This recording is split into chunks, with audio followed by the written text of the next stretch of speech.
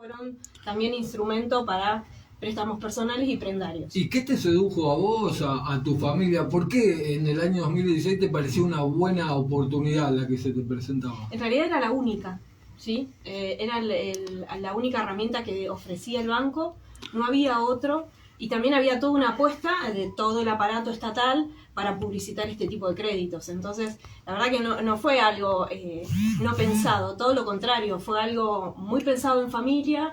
De hecho, cada uno de nosotros hemos tenido una revisión crediticia, una revisión, hasta diría, hubo bancos privados que le hicieron estudios de salud a las familias. No fue algo de manera espontánea ni improvisada. Por eso decimos, así como el Estado fue responsable bajo determinada administración, que en ese caso fue el macrismo, es el Estado el que hoy tiene las herramientas para poder equilibrar las partes. Yo recuerdo que en el año 2018 me habían invitado a un congreso de la CADER. La CADER es la Cámara Argentina de Energías Renovables, en Capital Federal. Si no me equivoco era abril o mayo del año 2018, donde el dólar, el oficial, se fue al demonio. Imagino que ahí empieza un poco este derrotero que ha llevado a que hoy los créditos sean impagables. Sí, de hecho vos hablás del 2018, la primera autoconvocatoria de la familia se da en julio del 2018, con vecinas de Cava, con Paola, con Claudia, que son nuestros pilares en ese sentido. Y luego, yo te puedo decir, en marzo del 2018 fue mi primer cuota y en noviembre del 2018 fue mi primera reunión autoconvocada. O sea que no cumplí ni un año. ¿La primera cuota de cuánto era, te acordás? 16.000 pesos. Ajá, ¿hoy? 94.000. Y el capital que se fue aumentando. Y de 2 millones a casi 12 millones. Vos pediste 2 millones de pesos al inicio. ¿Y hoy de capital cuál es la deuda? 12 millones. Sí. Simpático. Es tremendo, es tremendo. Sí, son cifras astronómicas y obscenas, yo digo, ¿no? Ya el término es obsceno porque claramente las ganancias son mayúsculas. Y yo decía hace un momento que detrás de cada deudor hay historias, incluso a mí me han contado historias de rupturas familiares porque se ha generado un clima, un clima horrible dentro de la familia por esta deuda que se volvió impagable y hay familias que se han separado por esto. Totalmente. Yo digo que el daño no es solamente económico, hay un daño de salud de las familias y hay un daño social también. No nos olvidemos que también somos parte de una familia, somos todas familias trabajadoras, que lo último que dejamos es de pagar el crédito y seguramente dejamos de consumir muchas de las otras cosas que somos polea de transmisión productiva, ¿no? Ya no contratás a alguien que te pueda ayudar a cortar el pasto de tu casa, ya no haces actividades extras con tus hijos, ya dejás de consumir determinados consumos culturales, dejás de consumir quizás determinada indumentaria. La verdad que el retraimiento económico y el sobreendeudamiento de la familia es mayúsculo.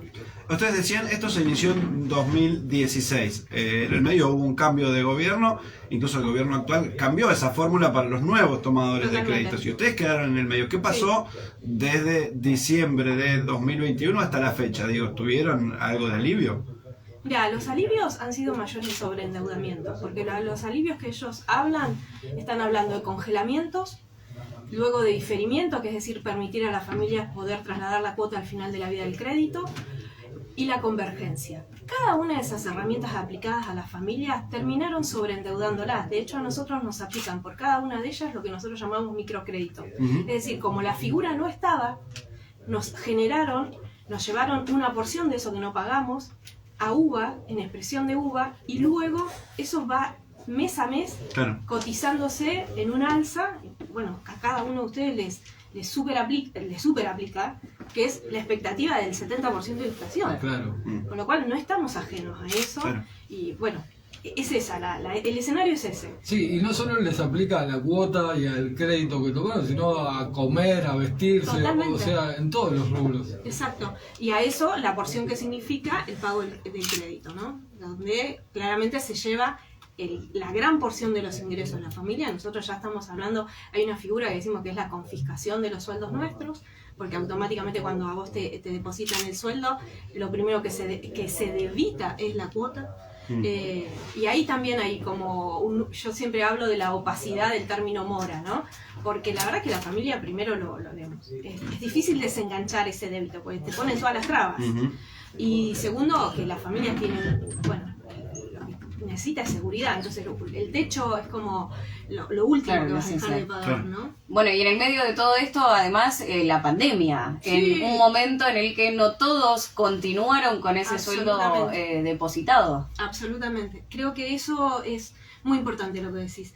El estado excepcional de las familias en contexto de pandemia ha sido un gran agravante. Un agravante, vuelvo a insistir, no solamente en lo sanitario, sino también en términos de la organización de la familia.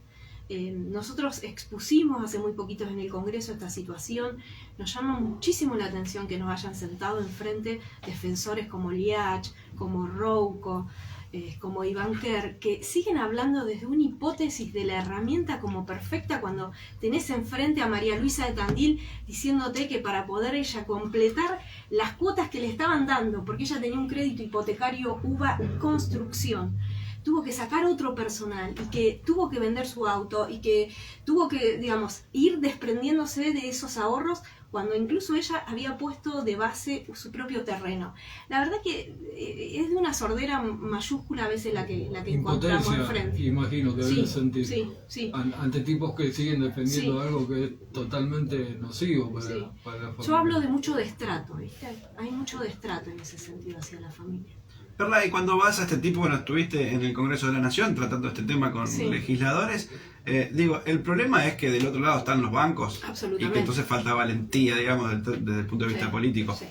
Falta audacia en ese sentido. Pero tienen sus representantes los bancos ahí en esas comisiones, ¿verdad? Mi pregunta era esa, digo, porque los bancos no se dieron presentes, digamos, pero estaban sus portavoces, claramente, ¿no? Y de todos modos, hay una realidad que es innegable, que lamentablemente la precarización de la familia va a ser cada vez mayor, no se va a poder esconder eso, y las familias en algún momento va a tener que defaultear la deuda. En algún momento nos están llevando al abismo de que no vas a poder pagar, no vamos a poder pagar. Hay una fecha clave ahora, fin de mes, el 31 de julio, que se termina ese convenio que prorrateaba los aumentos de las cuotas.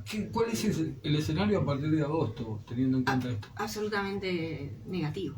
Por eso digo que el abismo está ahí y que seguramente lo que va a pasar es que vamos a defaultear nuestras deudas. Y en ese caso, la prenda es siempre la propia vivienda que se ha construido a través del programa. Sí. Lo que pasa es que hay muchas familias que el banco obviamente primero no te prestaba el 100% del valor. Hubo familias que, digamos, dejaron ahí el valor de otro departamentito para poder ampliarse, o el valor de los ahorros de toda su vida, con lo cual se está llevando, te diría, todos los ahorros y toda la capacidad de trabajo de la familia. Por eso digo que en este sentido a nosotros también nos aplica el mismo concepto que el país llevó adelante ante los acreedores. Lo que no entendemos por qué no lo comprenden. Lo que queremos es mejores condiciones de pago. Básicamente eso, porque no es que estamos diciendo no pagar, estamos diciendo poder pagar de manera justa y sin esta usura, ¿no? Con otro formato. Claro, exacto. El formato de hogar o casa nueva, eso... Casa propia. Casa propia. ¿Esos son, digamos, pagables? Son sostenibles. Igual no perdamos de vista que son también ajustables. Con inflación, claro. Que son ajustables por CBS, por el coeficiente de variación salarial. De todos modos, volvemos a insistir, la indexación en un contexto inflacionario, sea esta aplicada a variación salarial o sea al concepto IPS, que es el índice de precio del consumidor, que ajusta por inflación, no dan certidumbre a la familia. No da certidumbre a la familia. Perla, y aquellos representantes del gobierno que decías en aquel momento lo promocionaban como lo mejor que tenían para acceder los argentinos a esta posibilidad de casa o lo que fuera a través de los préstamos, ¿dieron la cara en algún momento ante ustedes? Nos tuvimos que compartir la mesa en el Congreso y siguen defendiéndola. Porque Ivanker era el titular de vivienda. Liach había sido vicepresidente o presidente del Banco Nación. Rouco actualmente es el presidente del organismo de vivienda de CABA, digamos, de Ciudad Autónoma de Buenos Aires. Y tenés otros legisladores, como tetás que están sentados ahí, que también están absolutamente convencidos que esto pareciera que nosotros estamos o hemos hecho la mejor inversión de nuestras vidas, ¿no? Esta cosa de que nos toman como inversores y no como familia. Básicamente porque nosotros procuramos un techo, y si nosotros, entre comillas, como hiciéramos lo que ellos dijeron, no estaríamos solucionando nuestro tema de vivienda si nos desprendemos. Y te digo algo más, que yo se lo comenté, no me acuerdo en este momento a quién. ¿Qué pasó con Liach? Liach llegó a proponerle a hipotecados te puedo decir, una chica de Neuquén, comprarle la vivienda. No. Por un mensaje privado. Dijo, ay, pero yo te puedo conectar, si estás tan disconforme, te puedo conectar con un grupo inversor. Sea en broma o no, eso es el destrato que decimos que recibimos, ¿no? Y está la captura, y te digo que está hecha la denuncia pública. Sí, y ha dicho públicamente cosas que dan a la credibilidad de ese mensaje. Totalmente. Están llegando mensajes al 4391-899 vinculados con la presencia de Perla en nuestro estudio. Por ejemplo, escribe Sandra: buen día, gracias por el espacio. Dice: soy hipotecada a UBA y necesitamos que los diputados vuelvan a deliberar escuchando la necesidad real, y lo remarca, y terminar la doble indexación. Queremos pagar una hipoteca justa y darle fin a este sistema usurario. También escribe Ariel, que felicita a Perla, dice que es una referente en esta lucha de hipotecados UBA estafados por el Estado y por los bancos. Diana, por su parte, agradece también el espacio que damos en Radio U a esta demanda social. Necesitamos toda la ayuda posible, ahogados en deudas y con la política del lado de los bancos. Perla, ¿hubo ejecuciones? ¿Los bancos ejecutaron alguna propiedad de algún hipotecado que no podía pagar más y que dejó de pagar, obviamente? Lo que son iniciadas más de 500 carpetas de ejecución. Ninguna ha sido efectuada en este momento porque todavía estamos en el marco del contexto de pandemia o pospandemia. Entonces, hasta el momento eso no digamos, ha quedado como un estado de stand-by, pero vuelvo a insistir, las familias están con un grado de incertidumbre muy presente, diariamente, que termina dañando muchísimo, ¿no? Pero sí. Y la rentabilidad, me pregunto, porque debes tener algún dato de los bancos en todo este periodo. Vos pensás que el crédito UBA aumentó más del 700%, ¿sí? No hay ninguna economía que haya sido tan redituable como esto para los bancos. Vuelvo a insistir, si vos pedías 1 millón, hoy debes 7 millones. Si pagabas 7.000 pesos, hoy pagás 70.000. No hay un porcentaje que te dé más del 700% de rendimiento, ¿no? Así que es obsceno. ¿Perla, tienen identificado, mesurado cuántas son las familias en San Nicolás y en toda la provincia de Buenos Aires que están en esta situación? En la provincia somos alrededor de 40.000 familias. Uh-huh. En lo que es Banco Provincia, que es el mayor dador de estos créditos en el territorio de la provincia de Buenos Aires, somos 17.000. Uh-huh. Estamos hablando que en la zona norte, acá, estaríamos hablando de 2.000 familias. Uh-huh. Esto, San Nicolás, Pergamino, San Pedro, digamos. Sí. El descalabro de todo este crédito, te decíamos, se genera con el gobierno de Mauricio Macri. ¿La llegada de Alberto Fernández les generó algún tipo de ilusión, digamos? Sí, por supuesto, expectativa teníamos, porque aparte no nos olvidemos que este tema fue eje de campaña. Incluso fue parte del debate presidencial. Pueden buscar los videos, digamos. Hubo una apuesta y hubo un decir del actual presidente que decía: remediaremos estos créditos, como lo hicimos en el 2003. ¿Y cuándo pasaron de la ilusión a la desilusión? ¿Viste cuando tenés expectativa y realidad? Que ves en las redes sociales. Cuando él dijo que en realidad esto era un acuerdo entre privados, que fue a los escasos días. Claro. Y ahí te das cuenta de los condicionantes claramente, ¿no? Corrió el Estado. Y el privado es una familia contra un banco. Sí. Exactamente. Un poco desigual. Un poco desigual la relación, sí. Sí.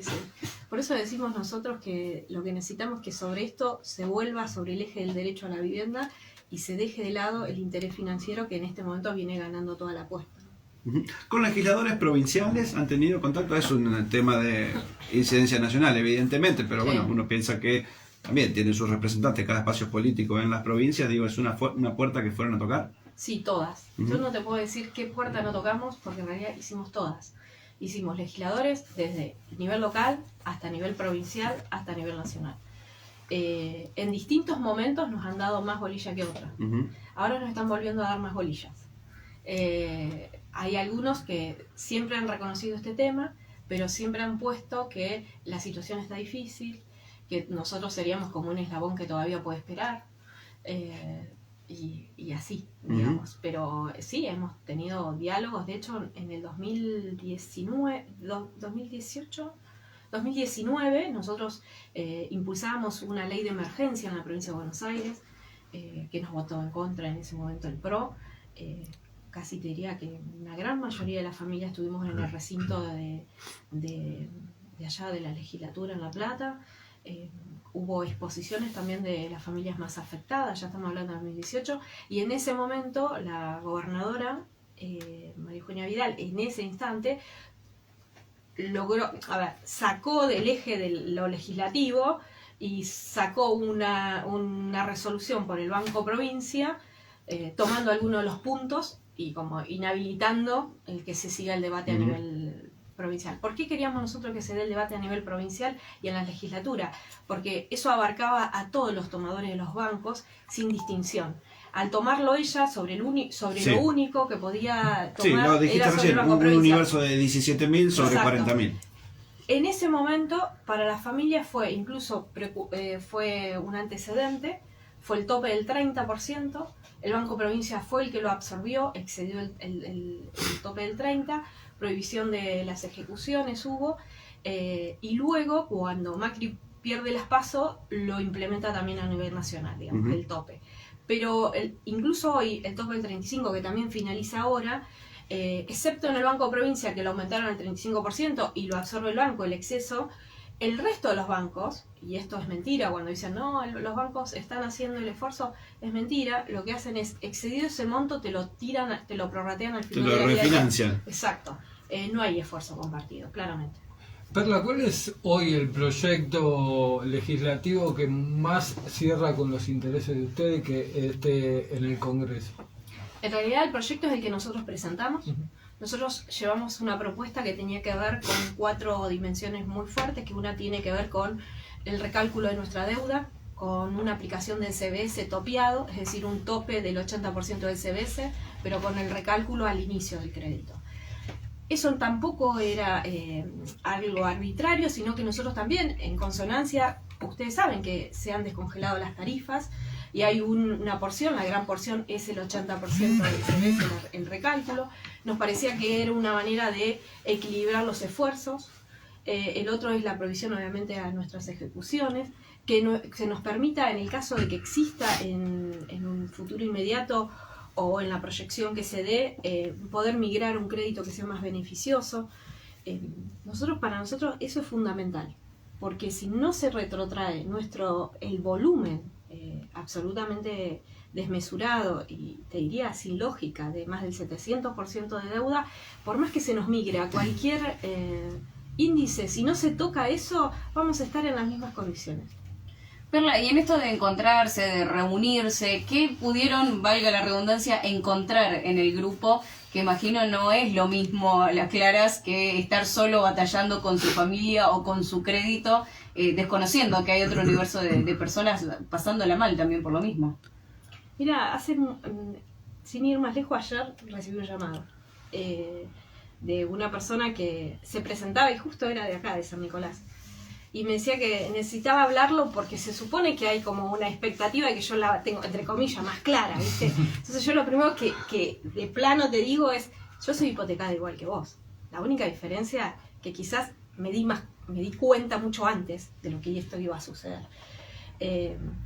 Primero una sensación de solidaridad, ¿no? Esta sensación de que podés contar conmigo o podemos contar con el otro, para poder entre todos ver de cuál puede ser nuestra salida. Sin lugar a dudas, hay mucho desconocimiento en la familia, muchísimo desconocimiento. Hay muchísima desinformación que fue absolutamente pergeñada por parte de los bancos hacia las familias. Eso es te digo que fue sistemático, las barreras que le ponen a la familia para, por ejemplo, A modo de estrategia. poner barreras para que las familias corten el débito automático, te dicen que no, o que vos, si querías pagar la cuota, no te la aten a tu tarjeta de crédito, porque eso también ha sido un sobreendeudamiento. La familia a veces no ha llegado a fin de mes y como la cuota del crédito está atada a la tarjeta, queda, entre comillas, el número cierra a nivel cuota, pero vos le debes a la tarjeta, o sea que se te aplican otro tipo de intereses que es descomunal. Yo creo que siempre que se pueda pensar con otros, siempre va a ser mejor la salida, ¿no? Y esta es una posición mía ante la vida, digamos. Claramente, solo esto es imposible. Aparte somos el eslabón, vuelvo a decir, el eslabón más débil frente a intereses financieros mayúsculos. Entendemos nosotros que estamos en una situación desfavorable, por eso necesitamos del otro hipotecado, pero también necesitamos de ustedes, digamos. Que ustedes me estén dando este micrófono, para nosotros es parte de esta lucha, ¿no? Y que la familia que está escuchando en la radio se detenga un momento a escucharnos, diga, che, están intentando resolverlo, no están tratando de, viste, porque lo primero que sale es, vos querés que yo te pague tu casa. No, no es eso, queremos pagarla de manera justa. Y de hecho, si nosotros logramos esto, va a ser más justo para todos, porque significa que va a haber un crédito que va a tener en cuenta esas necesidades y no vamos a permitir la usura, porque si esto sigue adelante, esto sigue carcomiendo la estructura de la sociedad. Y me parece que ahí está el mensaje, ¿no? Que podamos, que esto nos deje una enseñanza, y la enseñanza es no permitir que el derecho a la vivienda quede sometido al interés financiero. Perla, ¿cómo sigue la agenda de ustedes? ¿Estuvieron en el Congreso de la Nación, como repasábamos recién? ¿En qué quedaron en ese ámbito? ¿Va a haber una nueva reunión? ¿Cómo sigue la cosa? Se supone que iba a ser, antes de la vacación de invierno, una reunión que iban a estar presentes los representantes de los bancos, que debido al cambio de titulares en economía se trasladó. Esperemos prontamente que vuelvan de sus vacaciones para que se pongan a resolver esto, y nosotros queremos insistir con que nosotros necesitamos estar ahí. Pero yo también quiero dejar un mensaje en este sentido. Si hay decisión política, los instrumentos del Poder Ejecutivo lo tiene para solucionar, no necesita del debate legislativo. Decíamos que detrás de cada crédito, detrás de cada deuda hay historias. La tuya es una de esas.